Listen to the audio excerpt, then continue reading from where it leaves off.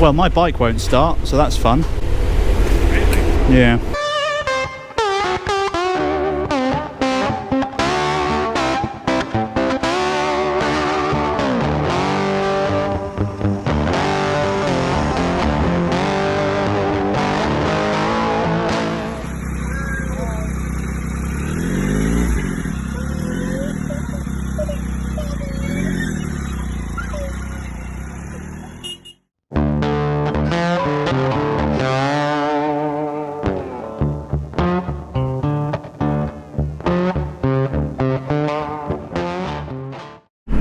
So it's Sunday the 7th of August, and I'm heading to a local pub to meet up with two friends that are accompanying me, and potentially against their will, on a voyage of discovery which I have called the Swiss Offensive.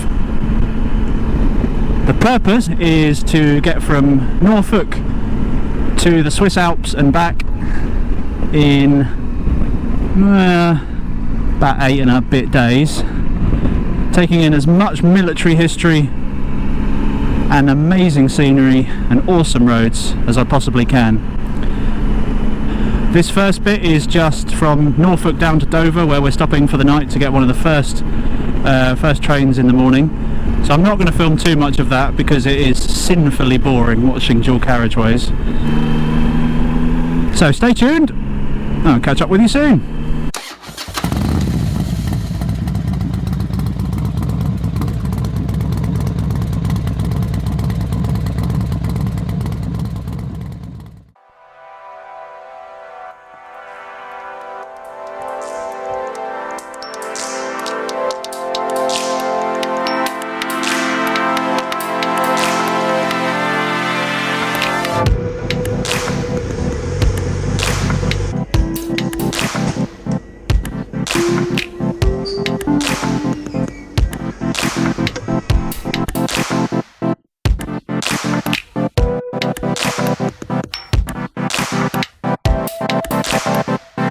Well, my bike won't start, so that's fun. Really? Yeah. Ici c'est fermé, donc il n'y a que là qu'on peut le faire remonter. Donc il n'y a pas à chier, il faut que ça soit comme ça. On va le défaire, on va enlever le vis, et puis on va remonter les trous. Par contre, il arrête le vent, parce que lui, je sais pas. Oh, that was a bit of fun. Bike wouldn't start owing to a flat battery. Thank God for French recovery. Thank you, merci beaucoup. There's always one, isn't there? Always one kid. It was the traction control light that threw me off. Yeah, and then basically there wasn't enough power to turn it over. Yeah. But there was enough. Yeah, yeah. Okay, right, well, there we go.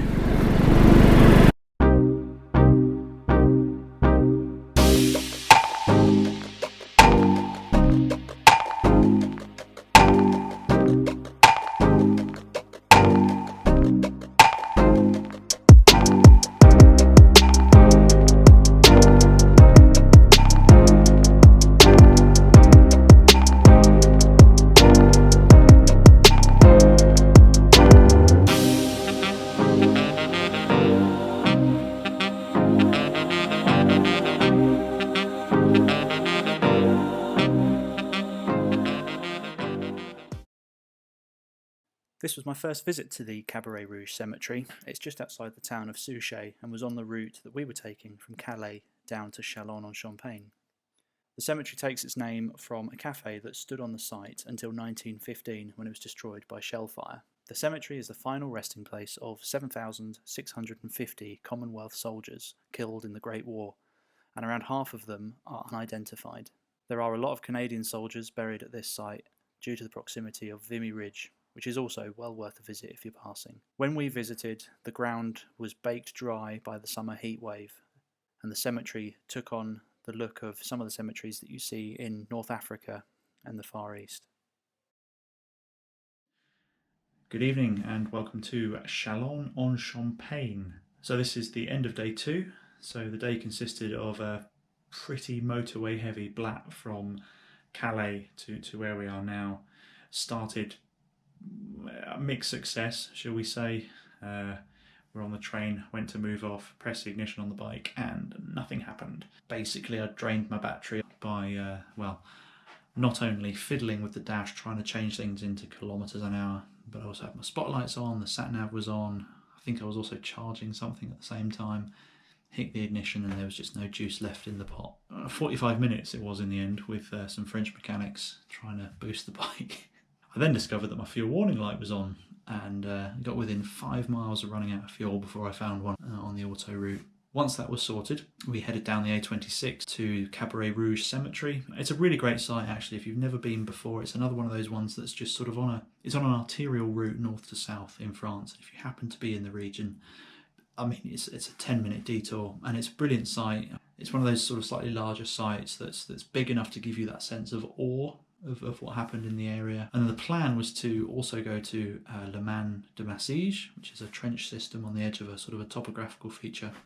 So, it was getting sort of 3 o'clock and we had about 150 miles left, and it was like, God, it's hot. It's been 32 degrees today. It's why I'm a bit red. That's another 2 hours on top of the hour and a half we've already got, and we need to get back. Tomorrow, we've decided to push back the trench system. So we're going to do that first thing.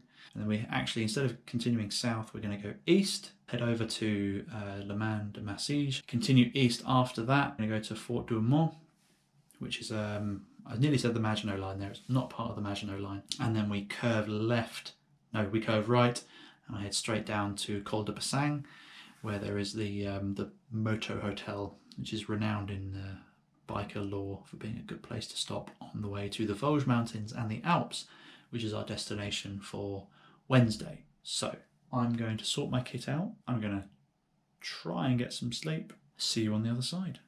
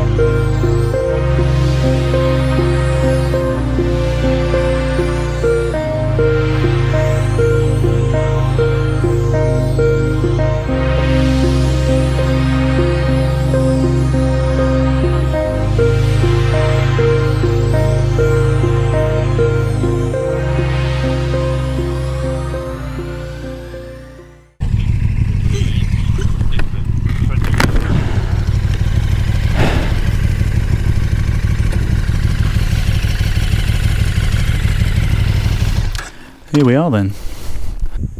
So this is a very short ride from Chalon, and yeah, you sort of a couple of little twisty bits up to the top of this hill and you come to Le Mans de Massige, so called because the topography here on a map looks like a left hand and we're on one of the fingers, as it were. Now I don't know too much about this site, I hate to admit. I believe it was a German position originally and then changed hands several times, as was often the case. But this is far beyond my expectations of what's here, really. It's a very intricate trench system. There's very deep dugouts. The amount of stuff lying around. It must be, over the years, people just walking and gradually a mess tin is uncovered, or a shell fragment, or a piece of barbed wire, and it's just thrown to the side because there's so much of it. The site is extensive. You can go underground for quite a lot of it, and there's there's shell craters everywhere, and you almost feel a bit worried to step off the path because you never know. I'm sure that's a foolish thought, but you never know. But yes, an incredible place and very quiet and poignant. There's a couple here, a French couple, and that's it. And then there's us three. It's not crowded with tourists, which adds to the feeling that you get in your chest at these places, is all the more so when it is dead quiet like this. And one of the things that's really poignant is the amount of personal kit that's just found. There's quite a few wine bottles, and you can imagine that being the one luxury, the one pleasure they had that week. Someone pilfered a farmhouse, or brought it from a rear echelon trench or something. So yes, I would highly recommend coming here if you're passing sort of north to south. If you're anywhere near Verdun, Chalon, anything like that, you need to pop in. It's a little bit difficult to find, but if you head for the village of Massige, it's then signposted from there. Yeah, so we're going to finish up here. We're going to have one last look at the view, which you can see behind me. Probably doesn't come up too well on the GoPro, and then we're going to head over to Fort Douaumont. I think I'm saying that right. Check out the French cemetery there and the fort, and then it's a hard ride south to Col de Bussang for the night.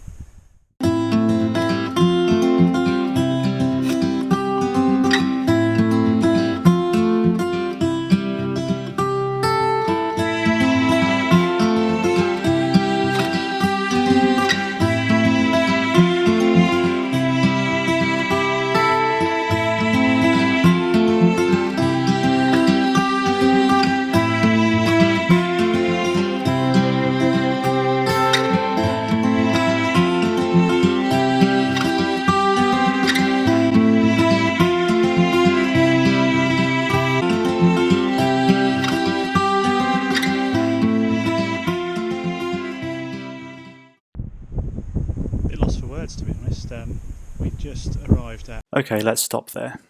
Clearly the sound quality on this recording is absolutely terrible, so we'll have to make do with the voiceover. All I was saying is that we just arrived at the ossuary at Douaumont, which is a short drive northeast of the town of Verdun. The cemetery has the remains of about 16,000 French soldiers buried in the grounds, as well as over 130,000 skeletal remains within the building itself. The site is absolutely incredible to behold. It just goes on and on and on as far as the eye can see. I had time for a quick walk round, took some videos, took some photos, but as ever we'd run short on time and we still had about 220 kilometres to ride that day. I think it was about 2 o'clock at this point, and we had a long ride ahead in very hot weather. So sadly, we had to leave the cemetery and head over to the fort, just a 2-minute drive up the road to have a quick look around before we headed off.